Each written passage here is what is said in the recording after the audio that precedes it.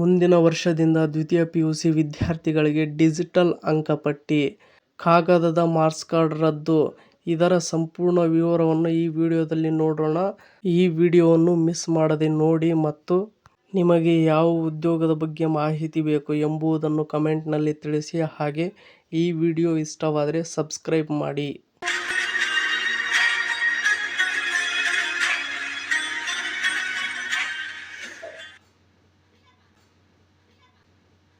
ಮಂಗಳೂರು ಪದವಿ ಪೂರ್ವ ಶಿಕ್ಷಣ ಇಲಾಖೆ ಮುಂದಿನ ಶೈಕ್ಷಣಿಕ ವರ್ಷದಿಂದ ದ್ವಿತೀಯ PUC ಅಂಕಪಟ್ಟಿಗಳನ್ನು ಕೇವಲ ಡಿಜಿಟಲ್ ರೂಪದಲ್ಲಿ ಡಿಜಿಲಾಕರ್ ಮೂಲಕ ಮಾತ್ರ ನೀಡಲು ಯೋಜನೆ ರೂಪಿಸಿದೆ. ಇದರಿಂದ ವಿದ್ಯಾರ್ಥಿಗಳು ಹಾಗೂ ಪೋಷಕರಲ್ಲಿ ಆತಂಕ ಮೂಡಿಸಿದೆ.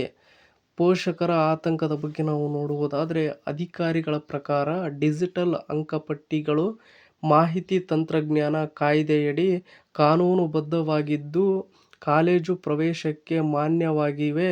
ಆದರೆ ವಿದೇಶದಲ್ಲಿ ಉನ್ನತ ಶಿಕ್ಷಣ ಪಡೆಯಲು ಯೋಚಿಸುತ್ತಿರುವ ವಿದ್ಯಾರ್ಥಿಗಳ ಪೋಷಕರು ಆತಂಕ ವ್ಯಕ್ತಪಡಿಸಿದ್ದಾರೆ. ಅನೇಕ ವಿದೇಶಿ ವಿಶ್ವವಿದ್ಯಾಲಯಗಳು ಇನ್ನೂ ಮೂಲ ಅಂಕಪಟ್ಟಿಗಳನ್ನು ಕಡ್ಡಾಯವಾಗಿ ಕೇಳುತ್ತವೆ. ಈ ಕಾರಣದಿಂದ ಪ್ರವೇಶ ಪ್ರಕ್ರಿಯೆಯಲ್ಲಿ ವಿಳಂಬ ಅಥವಾ ನಿರಾಕರಣೆಯ ಸಾಧ್ಯತೆ ಇದೆ ಎಂದು ಅವರು ಹೇಳಿದ್ದಾರೆ. ಇನ್ನು ಈ ಹಿಂದೆ ಕೆಲ ಸಂದರ್ಭಗಳಲ್ಲಿ ಡಿಜಿಟಲ್ ಅಂಕಪಟ್ಟಿಗಳಿಂದ ಕೆಲ ವಿದ್ಯಾರ್ಥಿಗಳ ಪ್ರವೇಶ ತಾತ್ಕಾಲಿಕವಾಗಿ ನಿಲ್ಲಿಸಿದ್ದ ಘಟನೆಗಳನ್ನು ಪೋಷಕರು ಉಲ್ಲೇಖಿಸಿದ್ದಾರೆ. ಈ ಹಿನ್ನೆಲೆಯಲ್ಲಿ ಅಗತ್ಯವಿದ್ದಲ್ಲಿ ಹಾರ್ಡ್ ಕಾಪಿ ನೀಡುವ ಬಗ್ಗೆ ಸ್ಪಷ್ಟ ಮಾರ್ಗಸೂಚಿ ನೀಡಬೇಕೆಂದು ಸರ್ಕಾರವನ್ನು ಒತ್ತಾಯಿಸಿದ್ದಾರೆ.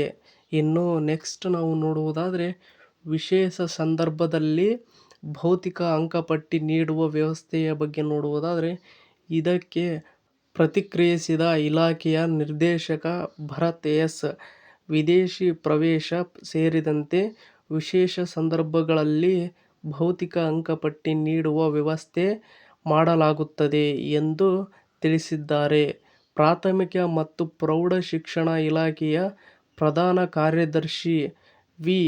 ರಶ್ಮಿ ಮಹೇಶ್, ಡಿಜಿಲಾಕರ್ ದಾಖಲೆಗಳು ಇ-ವೆರಿಫಿಕೇಷನ್ ಹೊಂದಿದ್ದು ವ್ಯಾಪಕವಾಗಿ ಸ್ವೀಕೃತವಾಗಿವೆ ಎಂದಿದ್ದಾರೆ.